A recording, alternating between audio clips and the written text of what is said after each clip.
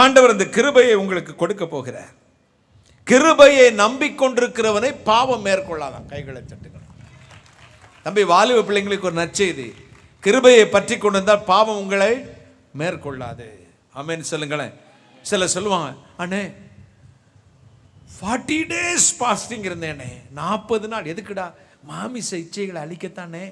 என்னாச்சுப்பா? அதுக்கப்புறம் 10 நாள் நான் கரெக்டாக தானே இருந்தேன்.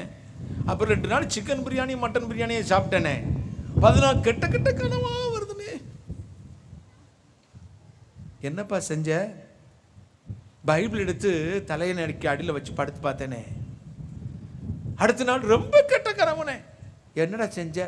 பைபிளை நெஞ்சோடு அணைச்சிக்கிட்டு படுத்தேனே, அதை விட மோசமான கனவுனே. தம்பி, அணைக்க வேண்டிய புத்தகம் இல்லடா இது, தியானிக்க வேண்டிய புத்தகம். கைகளை சட்டுங்க.